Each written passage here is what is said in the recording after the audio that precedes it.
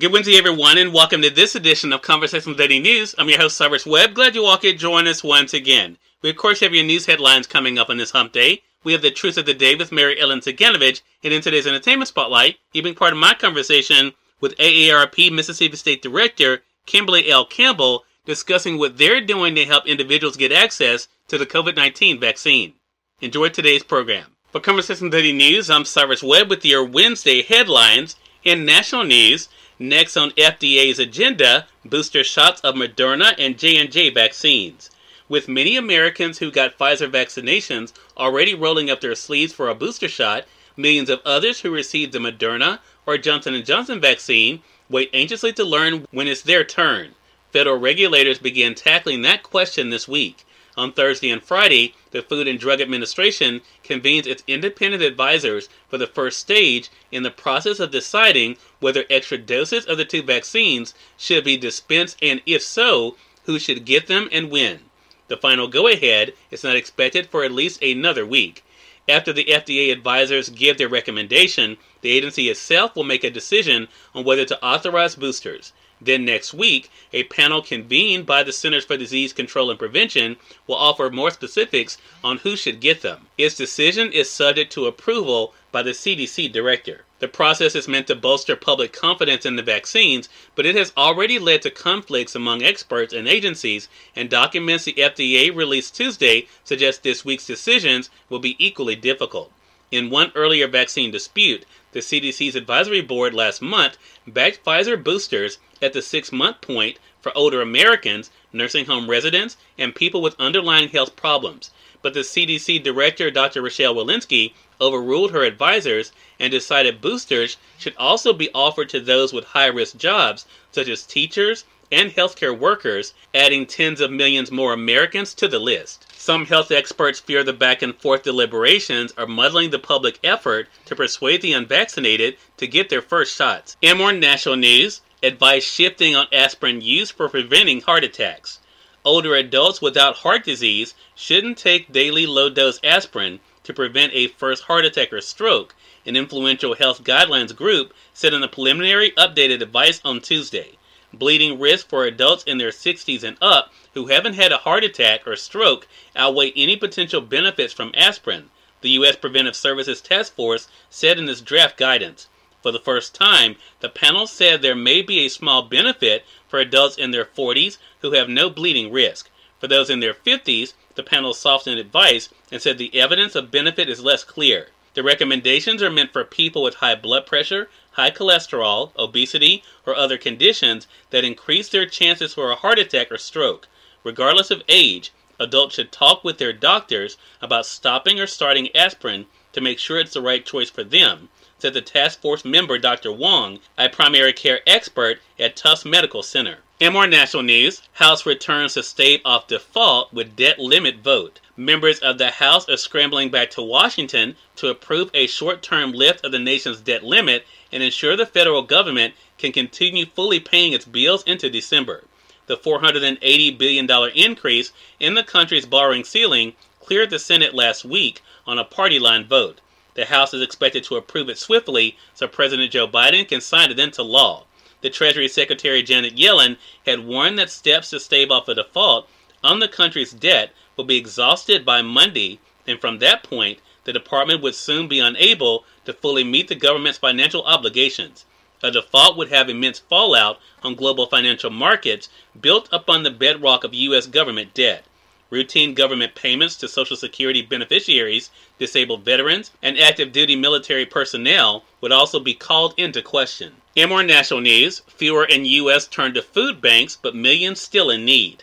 Hunger and food insecurity across the United States have dropped measurably over the past 6 months, but the need remains far above pre-pandemic levels, and specialists in hunger issues warn that the situation for millions of families remains extremely fragile.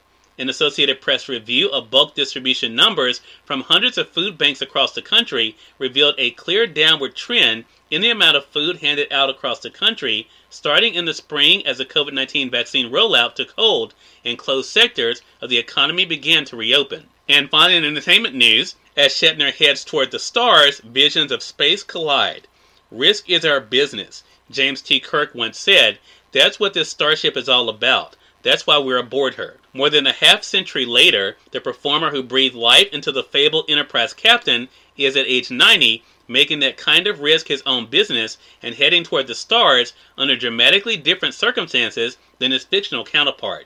And in doing so, William Shatner is causing worlds to collide, or at least permitting parallel universes to exist. The utopian spacefaring vision of Star Trek and the evolving increasingly commercial spot that space holds in the American psyche. Cyrus Webb, Conversations Daily News. It's on time for the Truth of the Day with Mary Ellen CIganovich. Mary Ellen, take it away. Hi, this is Mary Ellen with your Truth of the Day. Honesty creates harmony. When you are honest in your relationships, interactions will be open with nothing to hide. First, like anything else, you must be honest with yourself. Ask yourself the following questions. Number 1, do you think before you speak? Number 2, do you say what you mean and mean what you say? Always following through with actions. Number 3, do you communicate with others in an open and honest way, being sure they hear and understand you? And number 4, do you look at both sides of any situation? Honesty is important because it is your internal regulator to keep you balanced. When you are out of balance, you see your world off balance as well. Balance without harmony, without honesty, you cannot have a healthy relationship with anyone. Today, choose to be honest with yourself and others, and enjoy the day. We are part of my conversation coming up with Kimberly L. Campbell, the AARP Mississippi State Director, in today's Entertainment Spotlight. Stay with us, you're listening to Conversations Daily News. For Conversations Daily News, I'm Cyrus Webb with the Entertainment Spotlight. Kimberly L. Campbell, the AARP Mississippi State Director, joined me recently on Conversations Live, the radio show, to talk about a great program the AARP has teamed up with Toyota to do to help individuals get rides to get the COVID-19 vaccine or have it brought to them. Here's a bit of our conversation. So, Kimberly, first, who can request a free ride to get a vaccine? Yes, so this project with the free mini vehicles are going to be covering most of North Mississippi. Our partner is Alliance Charitable Foundation of Marshall County, so that's going to be Holly Springs, Blue Springs, some of Tupelo, and so it's really that North Mississippi area. If you would like either a ride to a vaccine appointment, or if you are homebound and you would like them to come out to you to administer the vaccine in that Marshall County area with Alliance, please call 662-252-1212. Again, that's with Alliance Health Foundation of Marshall County.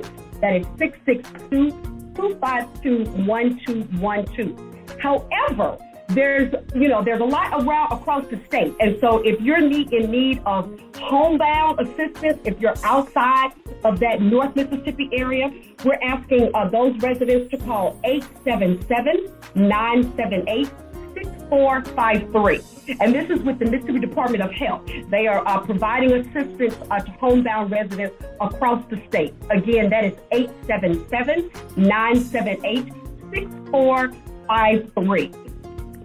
Kimberly, this is going to make a lot of people, like I said, very happy, because for some people, of course, access is one of the big issues why they have not been able to get the vaccine. Speaking of that, though, I mean, and you mentioned it's so good of what Alliance Charitable Foundation is doing there. Where will the vehicles take people who request this ride? Yes, so in that North Mississippi area, and first I have to give a shout out to Toyota. So Toyota has been a great partner with us, and it's not just here in Mississippi. Toyota has partnered with us on the national level. Cyrus Webb, Conversations Daily News. We thank you all for tuning into this edition of Conversations Daily News. We'll have you guys on tomorrow's more news, Truth of the Day with Mary Ellen CIganovich, and of course your Entertainment Spotlight. Until then, I'm your host, Cyrus Webb, saying as always, enjoy your day, enjoy your life, enjoy your world. Thank you all for choosing Conversations Daily News today. Let's make today amazing. Take care.